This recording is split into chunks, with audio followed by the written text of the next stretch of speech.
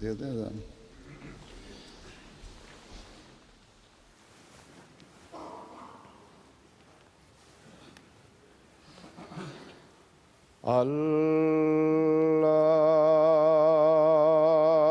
अल्लाहु अकबर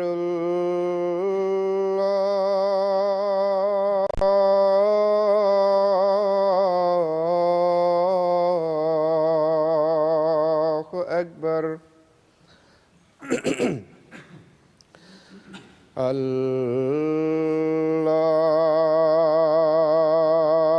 अल्लाहु अकबर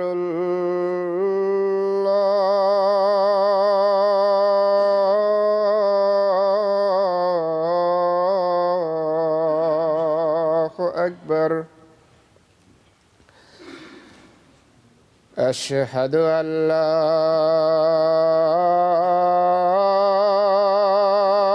إله إلا الله أشهد أن لا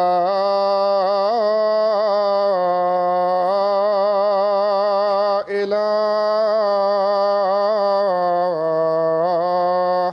إلا الله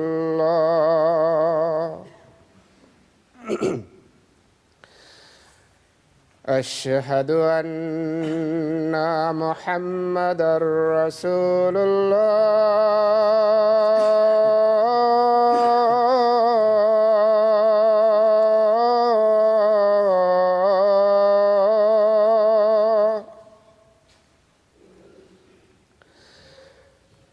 أشهد أن محمدًا رسول الله حي على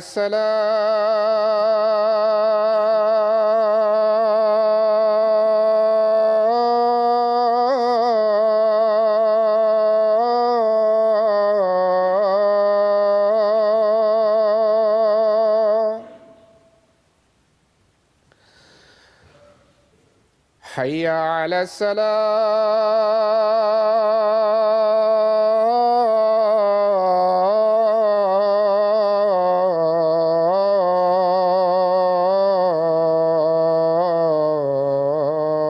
الصلاة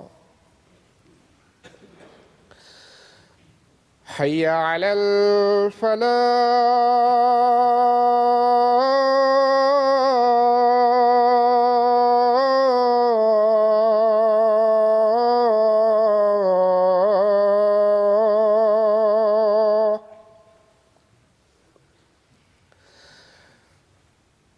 حي على الفلاح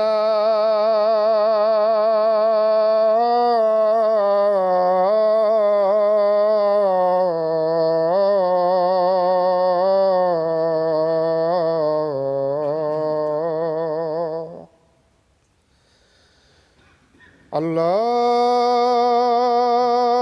أكبر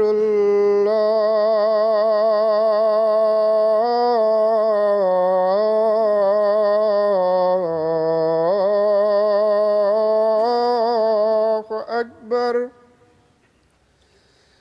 لا إله إلا الله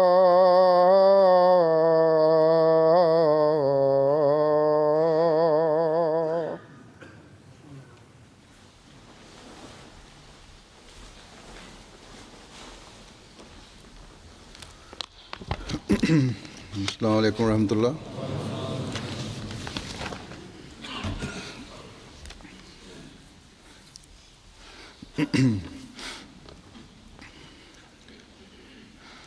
أشهد أن لا إله إلا الله وحده لا شريك له وأشهد أن محمدًا عبده ورسوله أما بعد فأعوذ بالله من الشيطان الرجيم بسم الله الرحمن الرحيم الحمد لله رب العالمين الرحمن الرحيم مالك يوم الدين إياك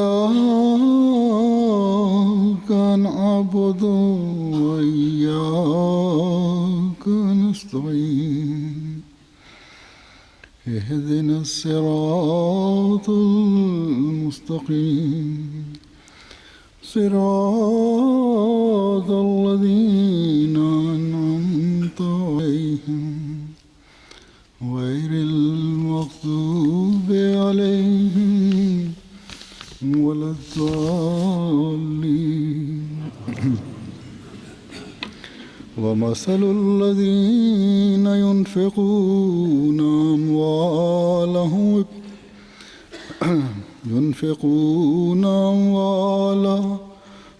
ابتغاء مرضات الله وتثبيتا من أنفسهم كمثل جنة بربوة أصابها وابل فآتت أكلها ضعفين فإن لم يصبها وابل فطل والله بما تعملون بصير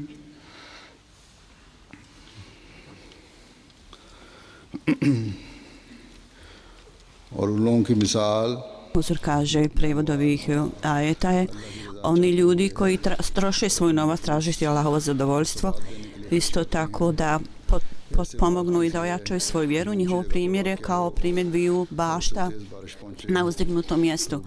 I onda kiša padne i daje mnogostruke plodove i čak i ako malo kiše padne zadovolji. Allah zaista nadgleda nad onim što vi radite. Gleda na ono što vi radite. Husur kaže danas svaki Ahmedi koji živi u svijetu, bilo gdje u svijetu, koji je razumio poruku Ahmedijata, on je čvrsto utemeljen na svojoj vjeri da je Ahmedijat istinski islam i svaki Ahmedi čvrsto vjeruju da je zadnja donesena knjiga šerijat u formi časnog Kur'ana bila objavljena časnom poslaniku sallallahu alejhi ve sellem. I svaka naredba te uzvišene knjige treba da bude zadovoljna, da se držimo svake komande i da treba da slijedimo svaku komandu i to onda čini istinskog vjernika kad se toga drži. Na Allahovom putu, finansijsko žrtvovanje na Allahovom putu je jedna od vrlo važnih naredbi Allaha dželešanhu. U pogledu toga, u pogledu te naredbe, Surat al-Bakara, u prvih nekoliko ajeta Allah dželešanhu je spomenuo i rekao da je časni Kur'an uputa za bogobojazne i ispravne ljude. Za one ljude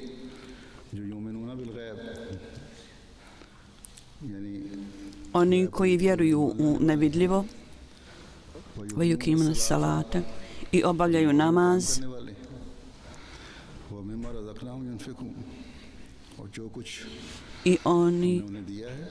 i ono što smo i mi dali oni troše od toga. Tako da sve ove tri stvari one su bitne da osoba postane pobožna i bogobojazna i da traži Allahovu uputu. Ove stvari su neophodne. Jedna od njih je, kao što sam rekao, da osoba troši na Allahovom putu. Onda u suri al-Bakara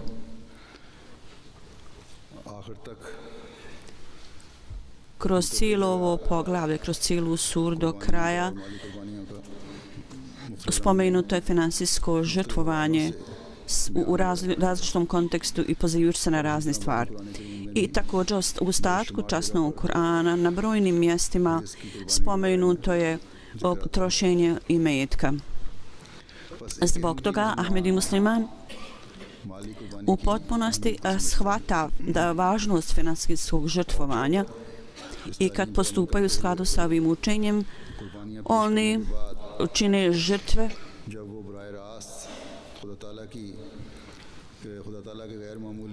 i kad postanu primaoci Allahovog tretmana, onda čvrsta vjera u Allaha dželešanhu i Allahovo postojanje u njima još više jača i kroz financijsko žrtvovanje. I također istina Islama isto tako za njih postaje još čvršća veza u to i vjera u obećanog Mesaju također postaje sve jača. Ajet koji sam proučio, Huzur kaže, u njemu Allah dželešanhu kaže, pozivajući se na trošenje na Allahovom putu, ovdje je spomenut ovaj predmet i rečeno je da oni ljudi koji troše na Allahovom putu, oni ne žele da se pokazuju, to ne rade radi pokazivanja. I oni to ne čine na način da nekom čine uslugu nekim ljudima. Oni koji nakon što potroše na Allahovom putu ne drugaju se, ne podbadaju ljude kao da, ne prebacuju im kao da su učinili neku uslugu njima, nego to čini čisto radi Allaha dželešanhu, samo radi Allaha dželešanhu i da daju pomoć onima koji su među njima slabi i s ciljem da ojačaju zajednicu. Oni s tim ciljem troši i još više od toga da ojačaju svoju vjeru.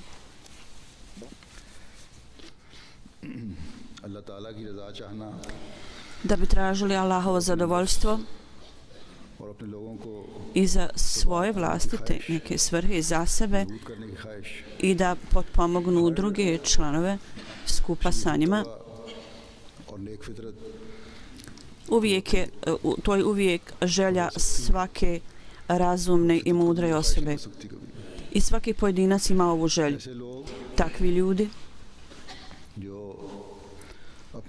oni koji misle o sebi, oni uvijek imaju ovu želju. Tako da ovi ljudi koji razmišljaju izvan sebe, izvan svojih interesa samo, ne misle samo na sebe, nego uvijek imaju želju da Allaha zadovolje, da steknu Allahovo zadovoljstvo.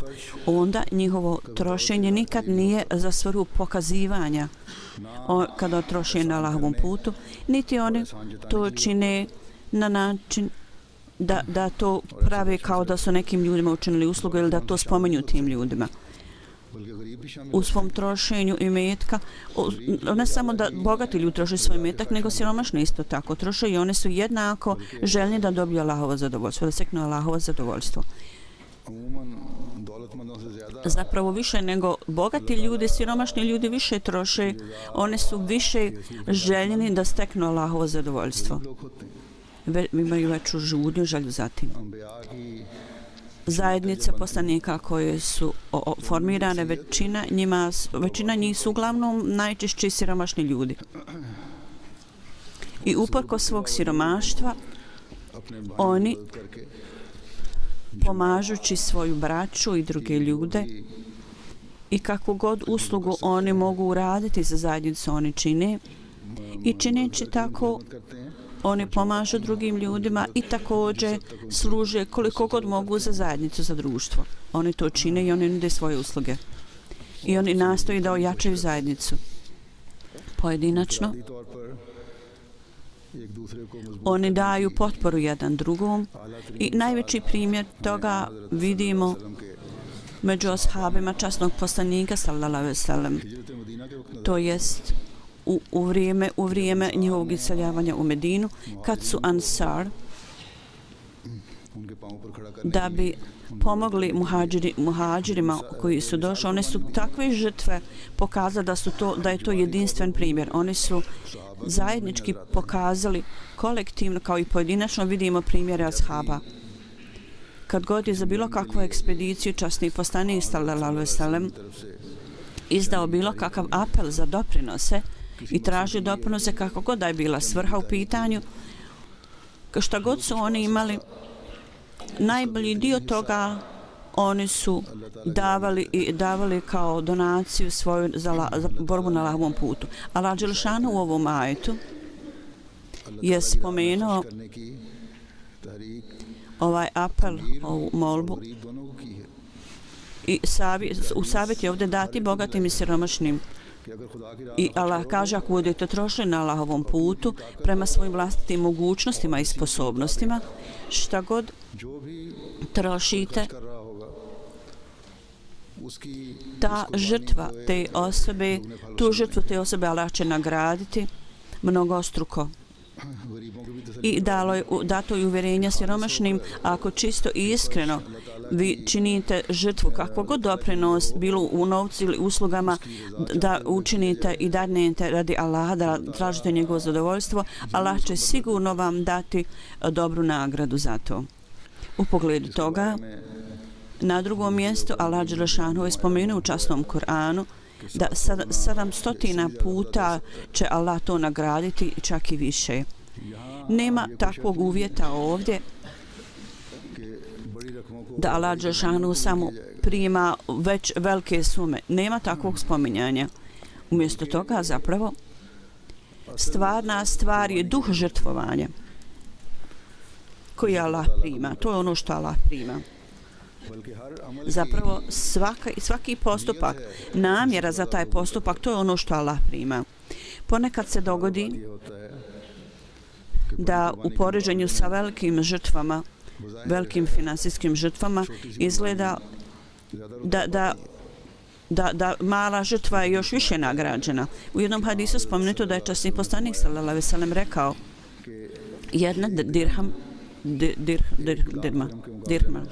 je više nego 100.000 dirhama, prevazilazi tu vrijednost 100.000 dirhama.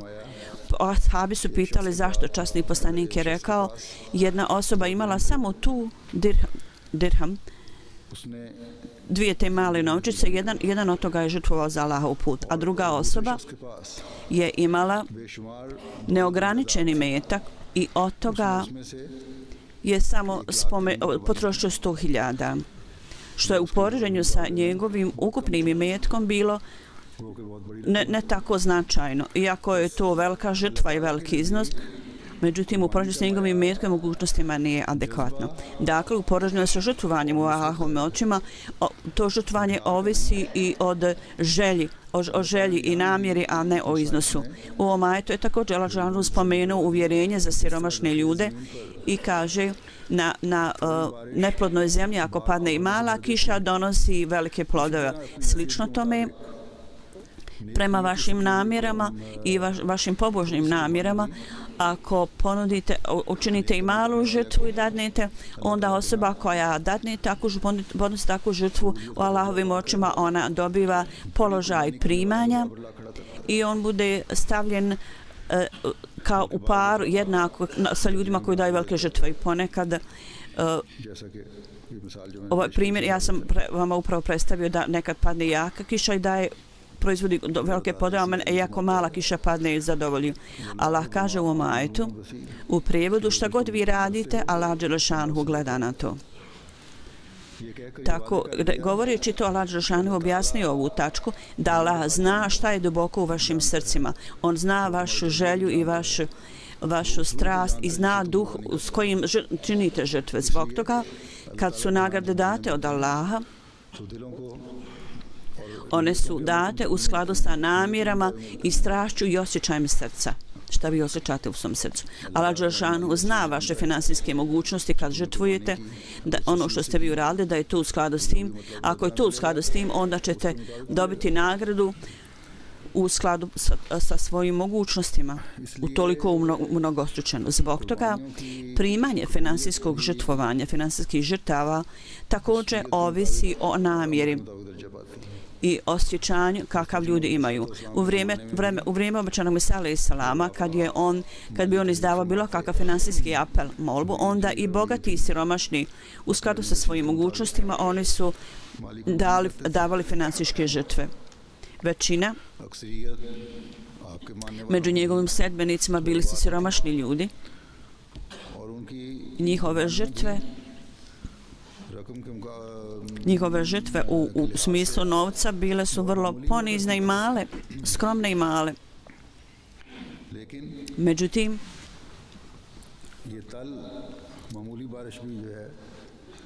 ovo isto kao mala kiša, ako padne, bila je toliko korisna da su ove žrtve donijele toliko mnogo plodova, da sada potomci ovih predaka još uvijek imaju koristi od toga. Sada je odgovornost i dužnost ovih generacija, ovih ljudi, njihovih potomaka, da to naslijede.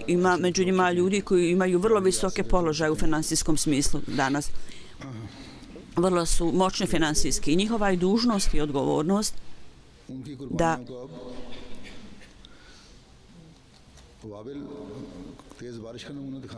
da njihove žrtve treba da budu kao jaka kiša i tu tačkom treba da imaju u vidu.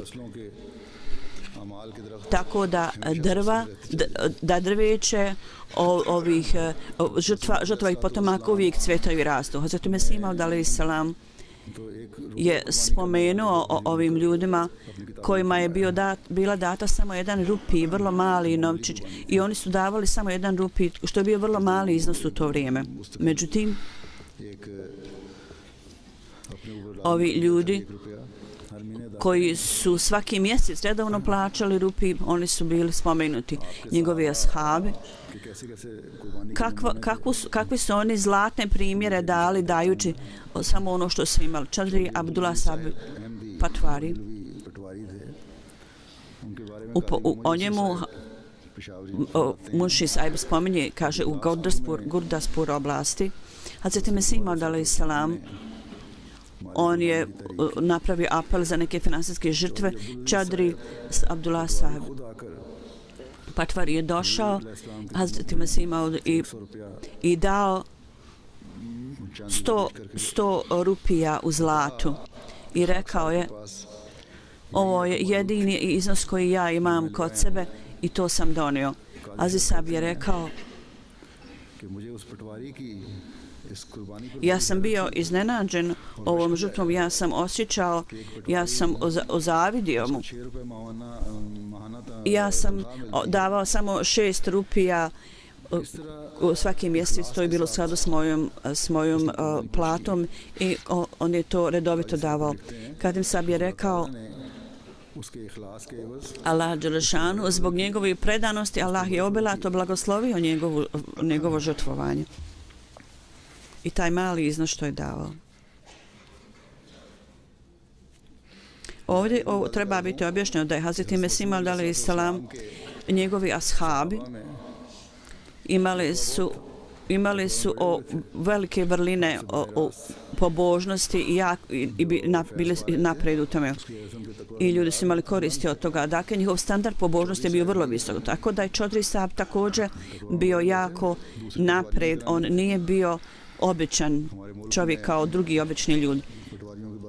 U našoj zemlji u pogledu Patvari spomenuto je da iako je njihov prihod bio vrlo mal, međutim ono što oni daju je vrlo dobro.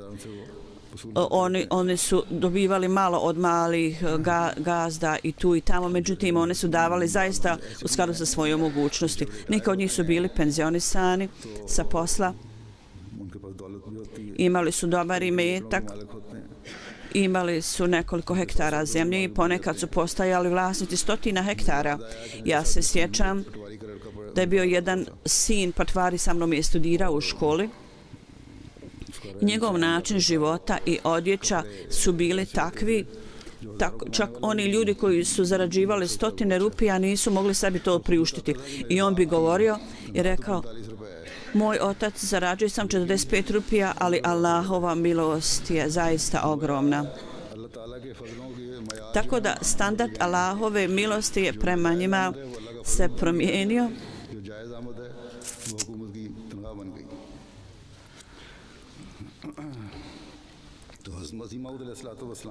I ne uzima se obzir tako. Nama je Mesija rekao šta je u stvari Allahova milost. I sada ljudi kažu, mi nismo, a drugi ljudi kažu, mi ne trebamo nikakvog Mahdija, nikakvog imama, mi ne trebamo nikakvog ni imama, ni Mahdija.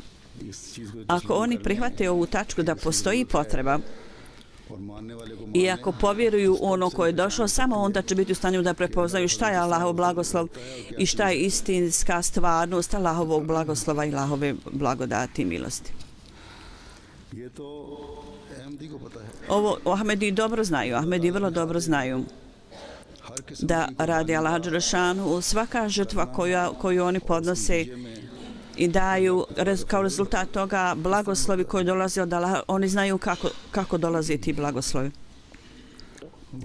Bilo da je to Babel Tal, bilo da je to jaka kiša ili lagana kiša, bilo da je to velika žrtva ili mala žrtva, važno je da mi to uradimo s dobrom namjerom, ili da su ljudi bogati ili siromašni. Radi Allaha dželešanuhu mi treba da činimo žrtve i ako su one učinjene na ovakav način, onda one donose duplu nagradu, dvostruku nagradu. Kao što je spomenuto u Čadri Abdulaziz sahib.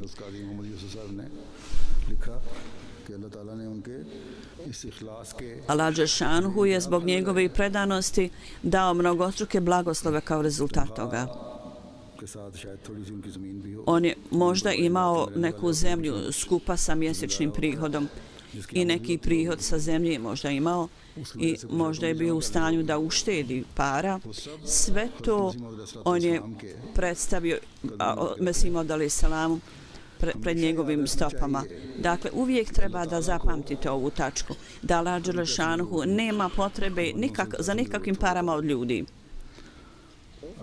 Kad Allah dželešanuhu traži finansijske žrtve, to je s ciljem da mi zaradimo sevap i da pomognemo ljudima da mi za sebe zaradimo sevap i blagoslovi. I to je šta Božji poslanici rade. Oni se ni najmanje ne brinu za troškove zajednice, kako će zadovoljiti te troškove izmiriti. Kad Allah dželešanuhu njima naredi da nešto započnu, onda Allah obezbedi sredstva za to. Nema sumnje da prividno oni izdaju apile i tako i halife izdaju apile.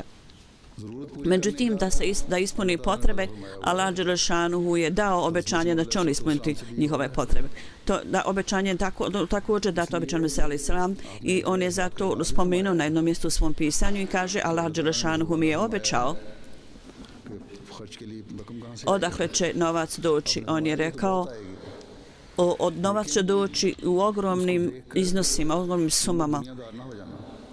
Gledajući na taj ogroman prihod, ne smijete postati ovo svjetski ljudi. Tako da je on pojedinačno također da tomu obećanje i također kolektivno, zajednički, da će biti utjecaj i metak tu.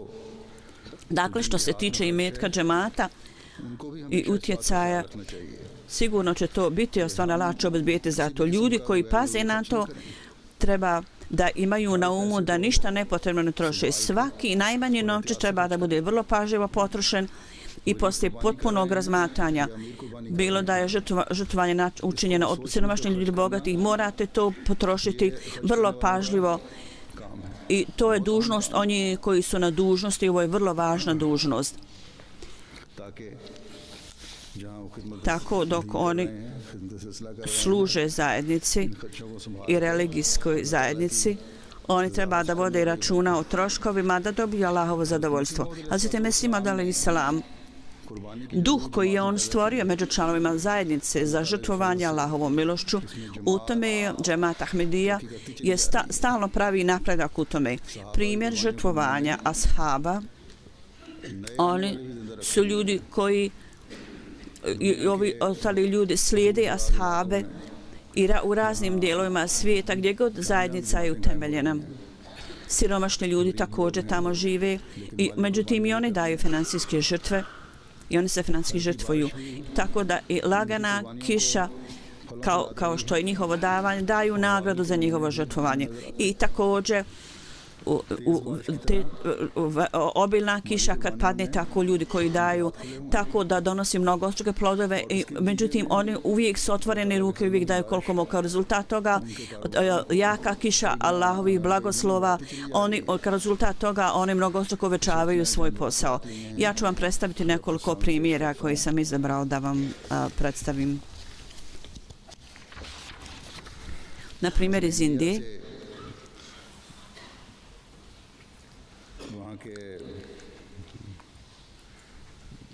naziv Vakfe Džedid piše da prošle godine od 2010. kaže ja sam odšao u posjetu oblasti Guđerat i tamo na jednom mjestu kad sam otišao nekome u pogledu džende Vakfe Džedid, njegov doprinos je bio 13.000 i ja sam znao njihovu finansijsku situaciju, tako da sam ih pitao, Allah Đelešanuhu vam je dao obilje, zašto ne bi povećali svoj doprinos na 15.000? Ovaj čovjek je odmah dao ček na 55.000 rupija i rekao, moli Allah da ovaj posao koji trenutno radim 21.000 je koji nisam u stanju da dobijem, nisam u stanju dobiti. I ovaj čovjek je onda rekao, poslije nekoliko dana od te pare su došle koje nije mogao dobiti kad je potpisao da će dati za Vakfe Džedid. Doprinos Allah je dao da on dobije te pare. I sličan primjer je u Kombitur. Jedan čovjek je bio u posjeti, onaj koji je prije 10 godina dao zavet bajata i prima Ahmedijat i kaže, ovaj koji prenosi, kad sam mu rekao Vakfe Džedid i kad sam mu rekao ti treba da dadneš 30.000 jer to prihod je prilično visok, ovaj čovjek je rekao ja sam saslušao sve što si rekao, ja neću dati 30.000 nego 50.000. I ja sam mu rekao to će možda biti preko tvojih mogućnosti. Ovaj čovjek je rekao ne, ja ću to dati radi Allah Đelešanu, ne trebaš se ti brinuti. Ja znam kakva je moja mogućnost i ja znam da Allah Đelešanu to blagoslovi. Onda u mjesecu Ramazanu on je dao sav doprinos koji je obećao, ispunio obećanje koje je dao. I ovaj čovjek je rekao moj prihod se je uvećao i on sada daje doprinos za Vakfe Džedid, Tahrike Džedid 100.000 rupija pojedinačno za svaki ovaj program.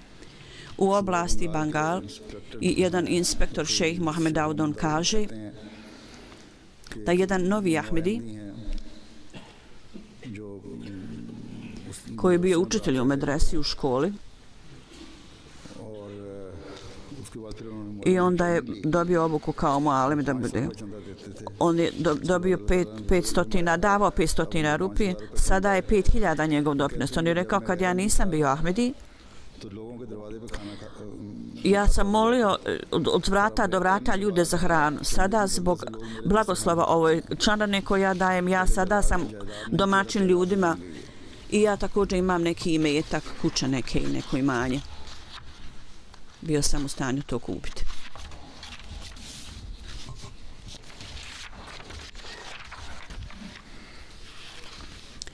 U Tamal Ade džematu većina njih su nevi Ahmedi, oni koji su dali bajat prije 10 ili 15 godina. Od njih više je od 50% novih Ahmedi.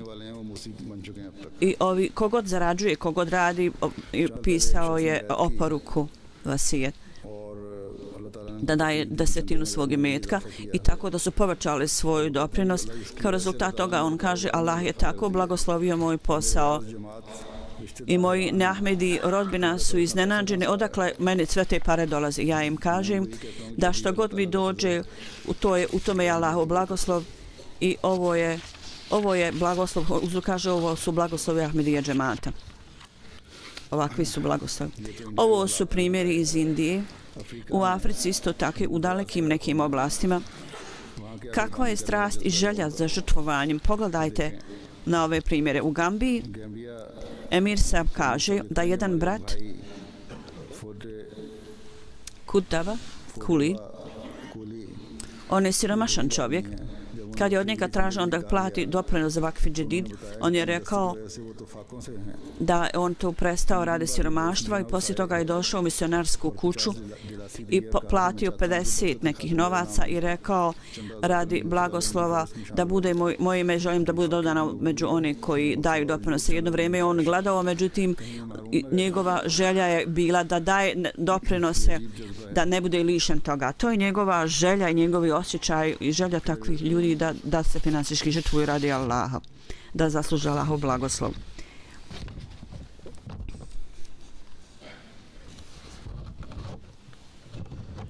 Druga osoba je rekla ja sam vrlo siromašan i ja trebam pomoć On je dao doprinos 100 nekih novčića. U Benin džematu Amir Sab piše da jedan novi Ahmedi, Avarakami, on je bio nezaposlen i jako zabrinut i tražio je posao i otišao u Nigeriju, međutim nije imao uspjeha i vratio se vrlo zabrinut. I zadnjih 2 mjeseca Vaksveđidit su bila i on nije platio. Kad je od njega traženo da plati, njemu je rečeno kad u teškoći potroši radi Allah, to je poseban blagoslov u tome. Tako da je naravno da on donio neki novac i rekao kad cijela porodica živi na zajmu, zašto ne uzeti zajm i da dadem doprinos? Allah dželešanu će promijeniti naše stanje. Tako da je blagoslov došao na takav način da je 3. dan dobio posao u vrlo bogatoj porodici. Tako da je imao tako i dobro bio plaćen da je sav zajam bio u stanju da plati i kupio je sebi motor. Tako da je svuda govorio da je to zbog blagoslova doprinosa koji je on dao iz Benina. U istom džematu spomenuto je prije i on kaže Mualim Sab je otišao da traži doprinose, ljudi traži da plati doprinose i mnogi ljudi u toj oblasti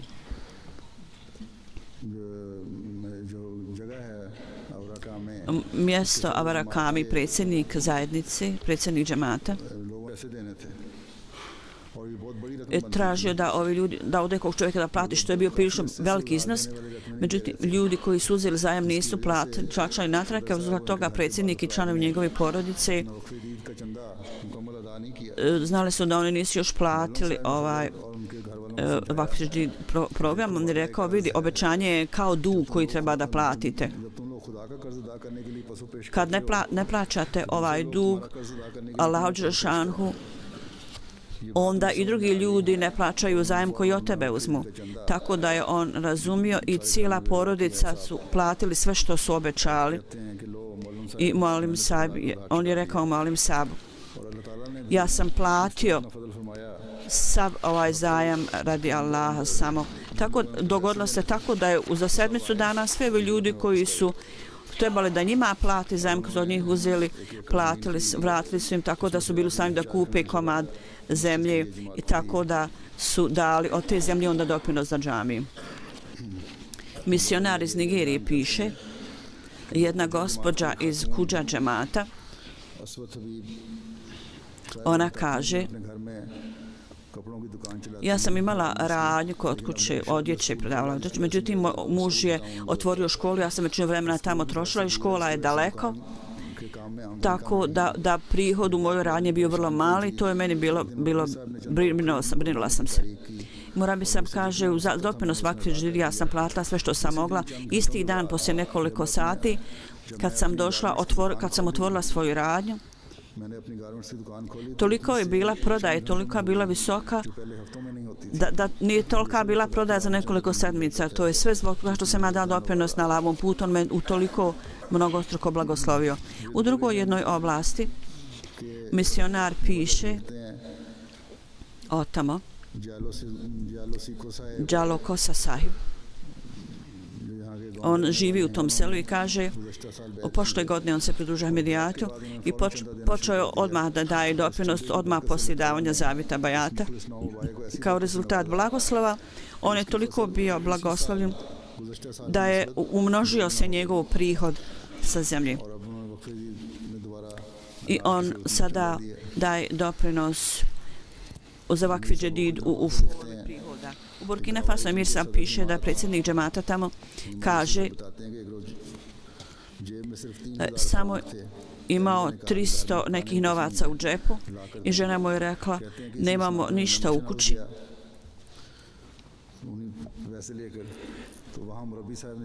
On je to uzeo i kad je misionar ga posjetio o plaćanju, o doprinosa, on je rekao, ja sam mislio da je ovo moja kušnja i rekao je 3000 koji sam imao, ja sam sve to dao za doprinos za Vaksveđidit. I Allah dželešanu je tako to mu bilo drago da neko je došao meni i 300.000 tih novaca meni dao.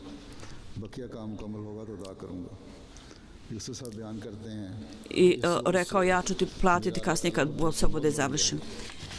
Tako da je moja oslanje na Allah povećalo se, pogotovo u mojim finansijskim problemima, kad su moji finansijski problemi bili završeni. जिनके मुल्क लिखते हैं Misionar u drugoj oblasti kaže, članovi džemata tamo, 4 साल jedan čovjek je prije nekoliko godina postao Ahmedi i sad je počeo da plata doprinos. Jedan dan je rekao, लगे कि सबसे पहले चंदों के निज़ाम में शामिल हो जाएं क्योंकि misionar kaže da ljudi treba da se pridruže zajednici i treba da se pridruže u davanju doprinosa. To će biti puno blagoslova za njih. I ovaj čovjek kaže, prije nek što sam počeo dao doprinose, ja sam uzmao zajam od ljudi. Sada kao moje stanje se promijenilo zbog blagoslova, jer sam, kad sam počeo da dajem doprinose, ja sad dajem zajam drugim ljudima. Sada ljudi koji od mene uzimaju zajam, oni sada dolaze meni i traže pomoć. Allah dželešanhu me je toliko blagoslovio.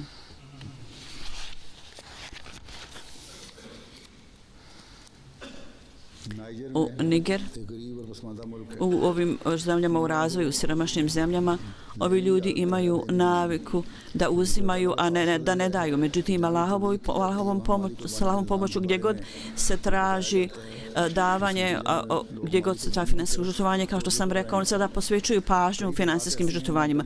Ima nekih sela gdje je prvi put tablih, šinje poruke, prenose na njim poruka i misionar kaže, ove godine doprinos za vakf i džedid 100% džemat u Nigeru, oni učestvuju u tome. Prošle godine bilo je samo preko 100 ljudi, a ove godine ovaj broj se povećao na više od 70.000. Dakle, više od 60.000 ljudi, za više od 60.000 ljudi se povećao broj ljudi koji daju doprinos u Nigeru.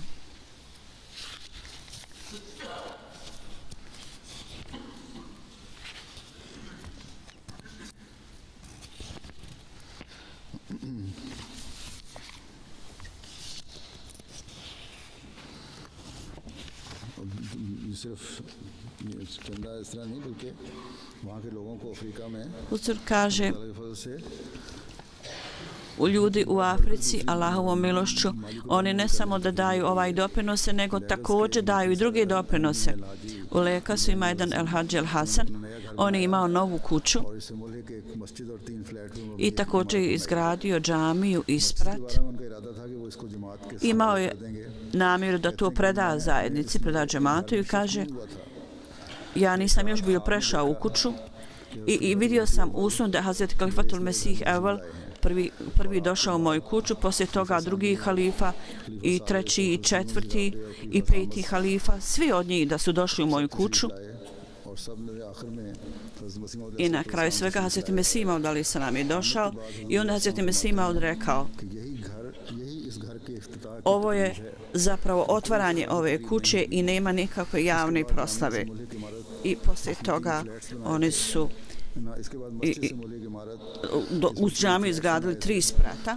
Jedan sprat, Hazret Mesih Maud alejhi selam je otišao u jedan sprat i onda rekao, dadni i ovaj skupa džemat uz džamiju. Kaže, ja sam odlučio odmah poslije sna da ću i ovaj sprat dati džematu, tako da je on dao i tu džamiju i sve ove kuće koje je izgradio dao je džemat. 90.000 funti je vrijednost toga što je on poklonio. To su ogromne pare u poređenju sa vrijednosti para u Africi. U Togu, misionar tamo piše o tamo, u jednoj oblasti kaže, Ahmedihat je bio predstavljen u jednoj oblasti i dogodio se vrlo zanimljiv događaj na početku džemata tamo. Protivnici su tamo došli sa velikom silom i novcem da ljudi budu udaljeni od Ahmedijata i ovi protivnici su rekli, mi imamo novac, a vi od vas Ahmedi traže da vi pravite doprinose, a mi ćemo vam dati, samo se udaljite od njih. Ovi ljudi su rekli, niste u pravu, vi ste donijeli novac da mi udaljimo se od vjere. a mi nas kao Ahmedi traži od nas da mi dajemo doprinose da budemo jači u vjeru, jačamo svoju vjeru. Časni Kuran kaže da mi treba da trošimo na Allahovom putu i mi znamo da Ahmedi čine usluge islamu sa ovim doprinosima. Oni to ne troše za svoje lične potrebe. Iako smo mi siromašni i vaš novac mogu zadovoljiti naše potrebe, međutim šta god mi imamo, mi želimo da dademo doprinose i tako da su se oni pridružili sistemu doprinosa i oni ne prestaju davanju doprinosa. Ovo su ljudi, kaže, koji radi Allah dželešanuhu, oni čine sve vrste žrtava, male žrtve i velike žrtve, sve vrste žrtava.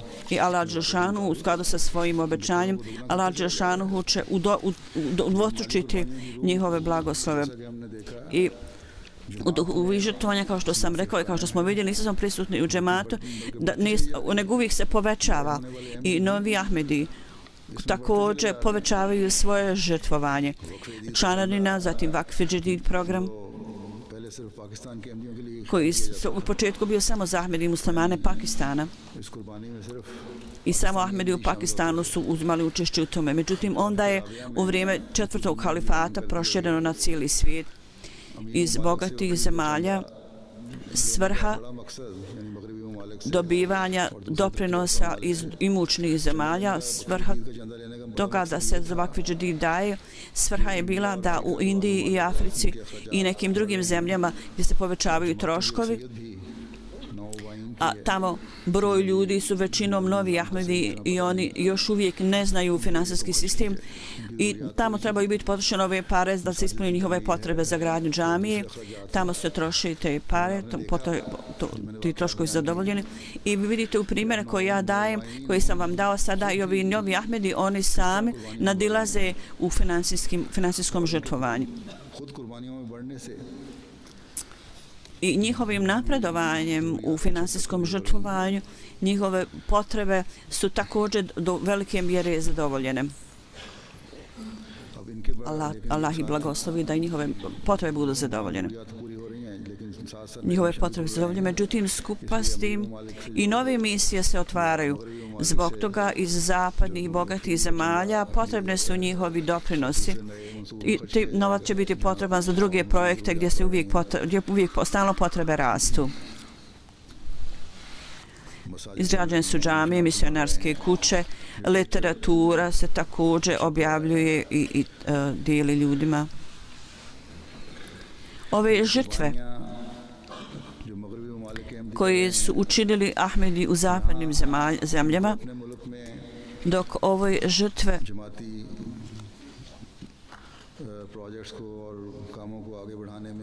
dok im pomažu s ciljem da povećaju zahtjeve u svojim zemljama, u isto vrijeme ovo su od velike pomoći u širenju Ahmedijata i širenju džematovim siromašnim zemljama. Dakle, u ovim zapadnim zemljama ljudi koji čine ove doprinose pojedinačno, ove ljudi čak i ako čine male žrtve, kolektivno kao džemat, doprinos koji oni daju je proizvodi rezultate kao što velika kiša kad padne proizvodi ogromne plodove. Da Allah nastavi da to prima, kao što svi ljudi znaju da od 1. januara počela je nova godina Vakf Jadid. Primjeri koje sam ja dao, oni su iz Vakf Jadid. Tako da treba da bude jasno da je nova godina Vakf Jadid započela od nove godine i neki rezultati od prošle godine treba da budu predstavljeni. Allahovom milošću, ovo je 35. ja mislim godina Vakf Jadid koja se završava novom godinom 2010. Allahovom milošću. Mnogo blagoslova Allahovih se spustilo. Bili smo blagoslovni sa mnogo blagoslova. I džemat sve skupa bio je u stanju da čini žrtve od 4 miliona.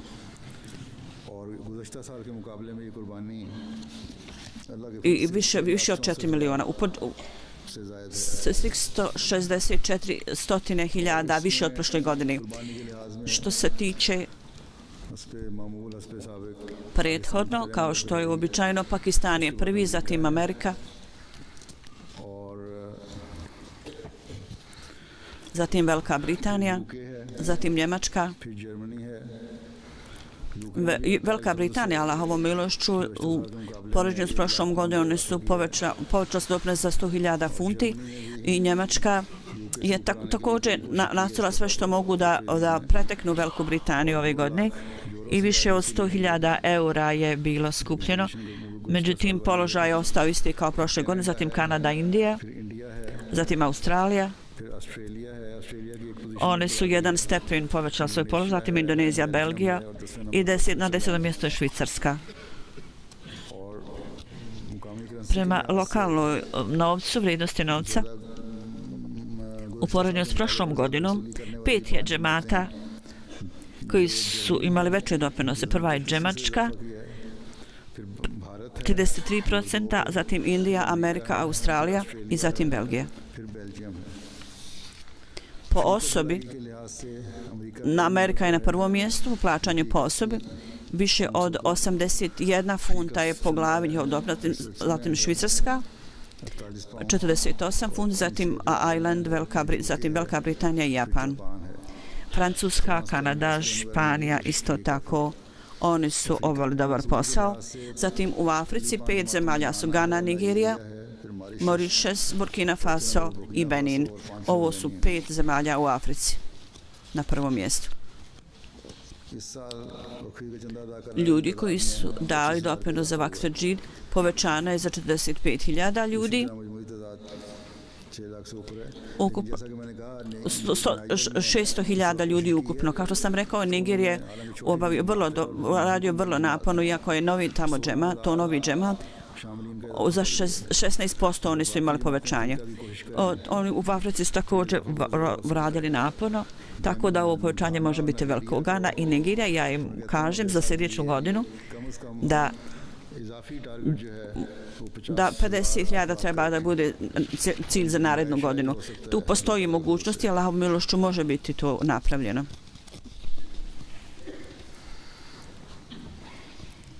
Zatim u Pakistanu.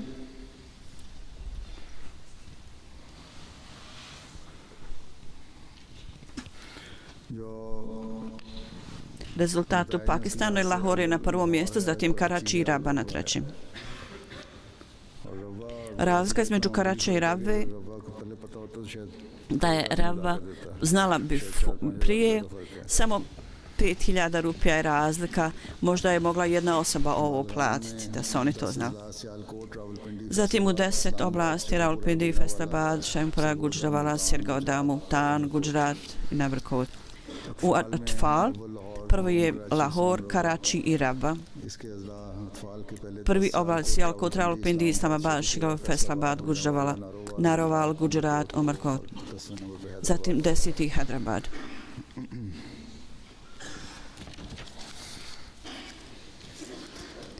Pet džemata u Americi. Prvi je Los Angeles, Inland Empire, Silicon Valley, Detroit, Chicago, Zapad i Boston.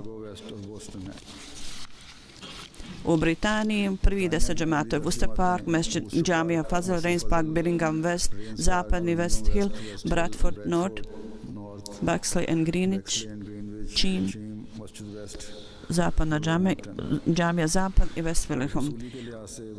Midland Region, South Region, London Region, Middlesex i Islamabad, to su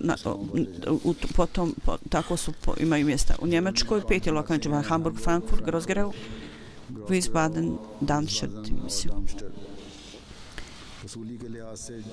U džamiji prvi džemati su Bruxelles, Morfelden.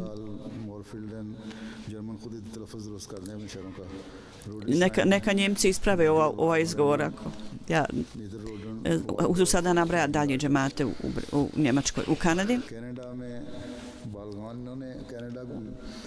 Daftar Atfal, Dr. Atfal i drugi su odvojili ove službe. Ja sam rekao i drugim zemljama da treba tako i oni da urade. I Njemačka, Britanija i Amerika nisu bili u stanju da radi na ovoj liniji. Kanada je ovako nastavila. Samo je Kanada ima odvojeno bilješku osim Pakistana. Markham, Peaceful, South Western, Islington, Calgary, South i Welbridge. Ovo je 5 džemata u Kanadi. Canada में दफ्तर U Atfal, western south 5 džemata Western South, Western Northwest, western Islington, Markham, East Village i South. U Indiji, जमाते हैं Kerala, Jammu, Kashmir, Tamil Nadu, Andhra Pradesh, West Bengal, Karnataka, Orissa, Punjab, Andhra Pradesh, Rajasthan i Delhi. और नुमाया जमातें इनकी हैं Džemat koji se ističu, पहले मैंने सुबह बयान ovo su prvo bile oblasti, a sada kaže किया है कालीकट केनानूर mjesto Hyderabad, Chennai, Kadian, Karalai, Bangalore, Pachkari, Gurdru i Asnur. और आसनूर Da Allah Đelešanuhu इस नए साल में कुर्बानी करने वालों को poveća mogućnost svih ovih koji su dali žrtve i ovi koji su dali prošle godine, da Allah blagoslovi njihove ličnosti, njihove imetke i njihovu vjeru पहले से बढ़कर ये कुर्बानियां करते चले जाएं i da neprestano daju žrtve, žrtvuju se i da budemo u stanju da se osvjedočimo napretku džamata, da svaki korak bude u pravcu našeg napretka u budućnosti ako Bog da inšala. Jednu tužnu vijest mora da vam prenesem. Mukarem Hadedra iz Njemačke, u Njemačkoj, 4. januara, u utorak, on je umro inna lillahi wa inna ilaihi rađun. 1946 की आपकी पैदाइश थी Je- o- इस os- लिहाज से तकरीबन 64 साल उम्र बन On imao je 64 godine ili 65, शुरू में थी तो 8 जनवरी थी 65 साल तकरीबन 65 godina imao. और फ्रैंकफर्ट में On se u Frankfurtu obrazovao i 74. se oženio sa jednom gospođom iz Marišis, ima jednu kćerku s njom. Njegova žena je umrla 1989 में i onda se oženio po drugi put iz Kadijana कि कादियान में Saeed sa kćerkom Said Muharrem Saab जिनसे के 3 बेटे i s njom ima 3 sina i kćerku. On je bio vrlo predan Ahmedi. Ahmadi थे कहते हैं कि इस्लाम कबूल किस तरह किया मैंने Kad su ga pitali kako je primio islam, on je rekao jedan dan, वालदा के घर बैठा हुआ on je sjedio u majčinoj kući i kaže, bijelo svjetlo je došlo na moje rame i palo na policu s knjigama. जिसमें सैकड़ों किताबें Tamo je bilo 100 knjiga fino uredani रोशनी की किताब i svjetlo je stalo na jednoj knjizi. Kad je on otvorio tu knjigu, to je bio njemački prijevod od časnog Kur'ana. अपने कुरान करीम Tako da on uzeo knjigu i počeo da čita. Nakon što je pročitao neke dijelove, bio je ubijeđen da Allah Đelešanu govori kroz ovu knjigu, da je ova knjiga istinita i da to treba prihvatiti. Tako da je poslije toga primio islam. कर लिया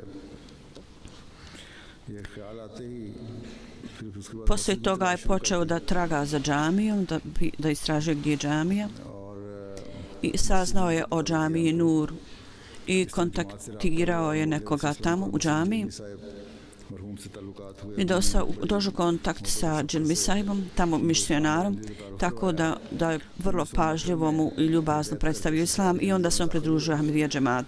Hazreti Kalifatul Mesih treći mu je dao ime Hidayatullah, ja mislim treći. 1970. kad je Kalifatul Mesih treći bio u Frankfurtu, तशरीफ ले गए थे da je on je sreo se huzur s njim और i emir Saab Njemačke इनके जरिए से ये je postao Ahmedi kroz njega jer on mu je prenio poruku i on je otišao kad je u potrazi za istinom. On je također bio Njemac, takva obojica su otišli zajedno सारा कादियान फिराया और i tamo su čuli poruku Ahmedijata i primili Ahmedijata Emir Saabov Njemački. हमेशा ये मुतरजम के तौर पर Kao prevodilac, on je pomagao kao prevodilac sa halifom. बड़े दरवेश सिफत On je bio vrsta derviša, vrlo predan खुदा पर तवक्कुल i imao je ogromno oslanjanje na Allaha, vrlo snažno oslanjanje na Allaha. बाद में आए Iako je došao kasno u Ahmedijatu islam, međutim, zbog njegovog oslanjanja na Allaha i njegove vjere i predanosti, on je zapravo nadišao mnoge druge ljude. खिलाफत On imao ogromnu ljubav prema halifatu वफा का ताल्लुक था i bio jako predan यानी i vjeran. जरा भर भी इख्तिलाफ करना नहीं चाहते थे किसी भी मामले में On nije želio da se razlikuje ni najmanje u bilo kakvoj stvari od bilo koga drugog.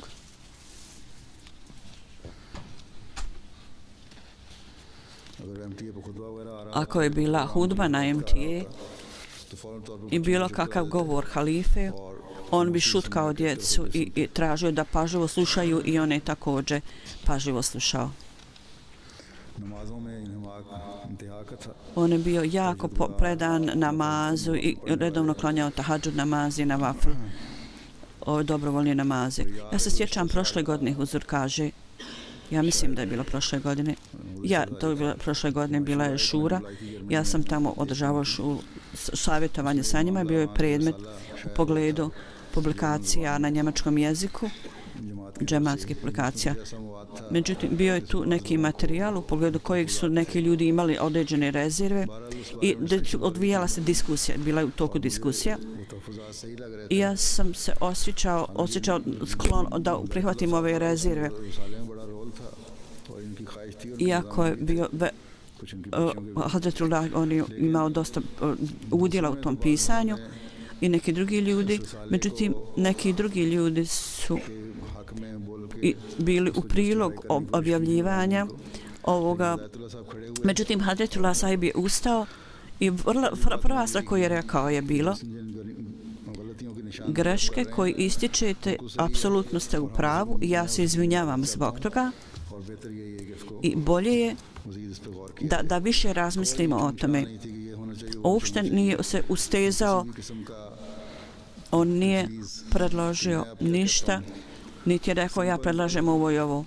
To je jednostavno bilo da to jeste bila greška od nas i mi tražimo oprost.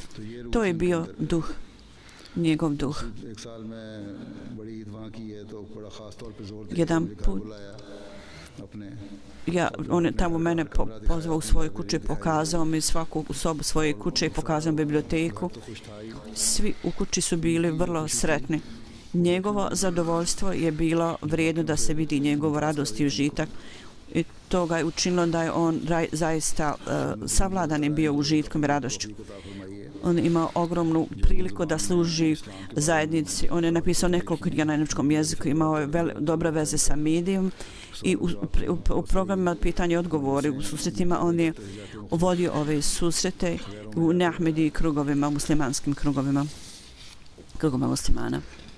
On je bio sekretar za štampu u džematu njemačkom, u toj službi je služio. On je bio vrlo učena osoba.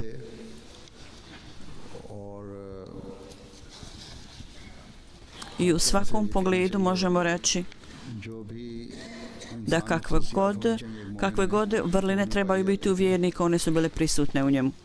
On je bio vrlo aktivan član u MTA studiju u Njemačkoj i smatrani duhom i dušom napretka u Njemačkoj. Iza sebe je ostavio ogromnu riznicu islamske literature na njemačkom jeziku. I na televiziji on je imao priliku da predstavlja islamsku tačku gledišta vrlo djelotvorno. Skupa sa u njemačkom on je dobro vladao engleskim i pisao je poime na engleskom i njemačkom jeziku. On je u medresi, na fakultetu Ahmedija učio njemački i on je s velikom voljom ispunjavao dužnosti. Kao što sam rekao, on je bio poeta i već je objavljena knjiga njegove poezije. On je također držao govore na dželsi. On je imao ogromnu ljubav prema časnom Kur'anu. Imao je potpuno povjerenje oslanjeno na Allaha dželešanu. Gdje god je bila zabrinutost ili problem, odgovor je bio dova. I osim toga, on je obavljao tahadžud i također posvećivao pažnju finansijskom žrtvovanju. Njegova ćerka mi je napisala da kad god je problem bio ili teškoća neka, prvi njegov odgovor je uvijek bio: piši pismo halife vremena i zauzmi se u dovi. To je bio njegov odgovor. To je uvijek bio njegov odgovor. Knjige koje je on napisao izvan džemata su dvije knjige, jedna knjiga o časnom poslaniku sallallahu alejhi ve sellem, zatim pitanja i odgovori. To je bilo prevedeno na nekoliko jezika. Zatim žena u islamu, odgovor na razna pitanja, slično tome. Koncept dženneta i džehennema u islamu. Nekoliko knjiga on je napisao. Sve skupa 12 knjiga je on napisao na opće teme izvan džemata. मुख्तलिफ मज़ामीन पे और Što se tiče džemata, इन्होंने unutar džemata, knjige koje je on ili napisao ili preveo, broj knjiga i 4 koje je on napisao u džematu. Zatim, osim toga su magazin gdje on učestvovao svojim uloga žena u islamu, zatim zbirka islamskih poema, zatim davao je članke za magazine na razne teme, oko 120 članaka, zatim u TV programima u kojima je učestvovao on je također u jednom popularnom jevrijskom programu kako je islam opasan, on je uzeo učešće u tome da brani islam.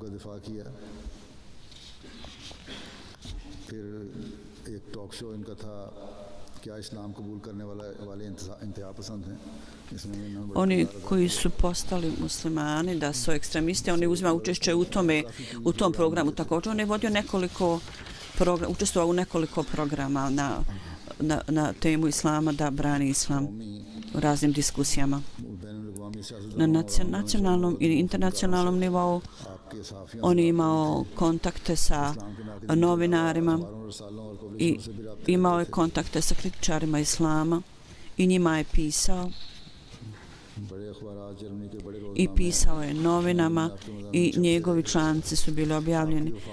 Po njegovom smrću 16 novina u Njemačkoj su da objavili ovu vijest o njegovoj smrti, uključujući nacionalne novine. I u nekim članovima on je bio opisan kao najpopularniji njemački musliman. I neko je napisao da je on među onima koji su primili islamo, da je on bio najpopularniji. U Frankfurt novine su napisale da je on bio poeta i misionar.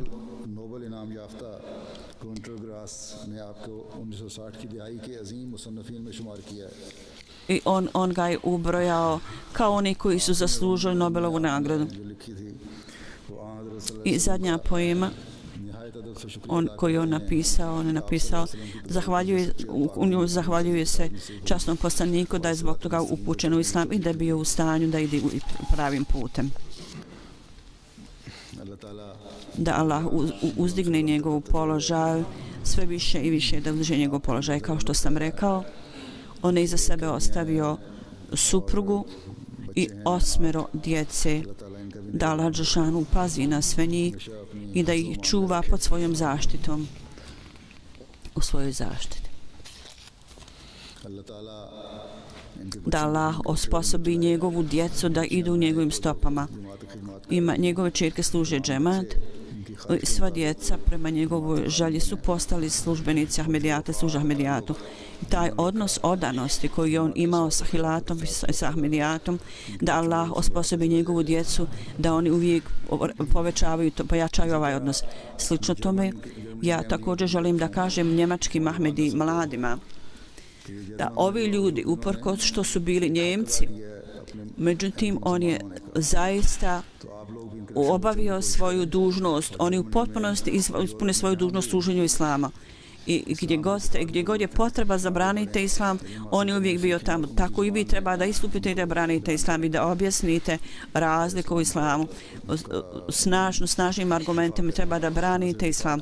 Ne samo da branite islam, zapravo treba da objasnite ljepote islama i da utemeljite superiornost islama. Ja želim da objasnim ovdje jednu stvar. Hadretullah, ovaj koji umro u Njemac, kao što sam rekao, on je bio osoba velikih vrlina. Međutim, ponekad ljudi opisuju položaj drugih ljudi na takav način da neki ljudi imaju određena pitanja u pogledu toga. Ovaj dojem je također došao do mene ovakav, da prilikom pomračenja utorak, da je to možda bilo vrijeme njegove odlaska ili možda ima neku vezu s tim. Nema nikakvog prostora za ovako razmišljanje u islamu. U jednom hadisu je spomenuto, jedan prenosilac kaže da je časni poslanik rekao, sin časnog poslanika Ibrahima u vrijeme njegove smrti bilo je pomračenje sunca i neki ljudi su počeli da govore da ovo je pomračenje zbog smrti Ibrahima. U to vrijeme časni poslanik s.a.v. je rekao, pomračenje sunca i mjeseca, oni se ne pomračuju zbog smrti ili života bilo koga. Kad vidite pomračenje, onda obavite namaz i molite Allaha. To je sve. Dakle, kad god vidite pomračenje, to je ispravna stvar da radimo ono što je časni poslanik rekao i poučio nas. Da obavimo 2 rekata na vaflu namaza i činimo dove Allahu. Da zapravo ima namaz koji se klanja u vrijeme pomračenja. Mnogi ljudi će umrijeti u to vrijeme, biti ubijani ili rođeni. Dakle, on će imati svoje stanje razmišljanja. Oni koji su njima dragi, oni će misleći da pomračenje zbog smrti tog njihovog koji im je drag ili koji je rođen tog dana. Međutim, sve je to pogrešno. Ovo su pogrešne i novotarije koji padaju ljudima na pamet i Ahmedi uvijek moraju nastojati da se udrže od toga da to odbaci. I da slušamo ono što nam je Allah i njegov poslanik naredili. Osim toga, ja želim da tražim dove. Juče u Mardanu protivnici Ahmedijata pucali su na neke Ahmedi u Mardanu i kao rezultat toga Beđi Ahmed Numan, jedan mlad Ahmedi koji je bio sin Bešira Ahmeda u Mardanu, on je bio malo 25 godina samo. On je bio povrijeđen. On je u bolnici, da mu Allah pokloni puni popravak i zdravlje i također da kazni ove protivnike Ahmedijata.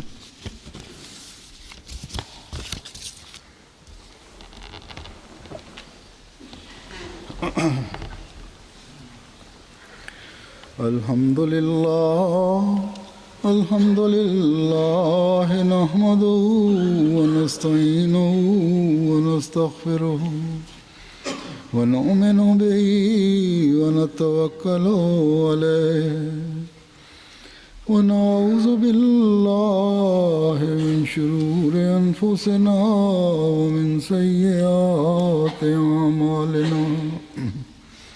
من يهده الله فلا مضل له ومن يضلل فلا هادي له ونشهد أن لا إله إلا الله ونشهد أن محمدا عبده ورسوله عباد الله رحمكم الله إن الله يأمر بالعدل والإحسان وإيتاء ذي القربى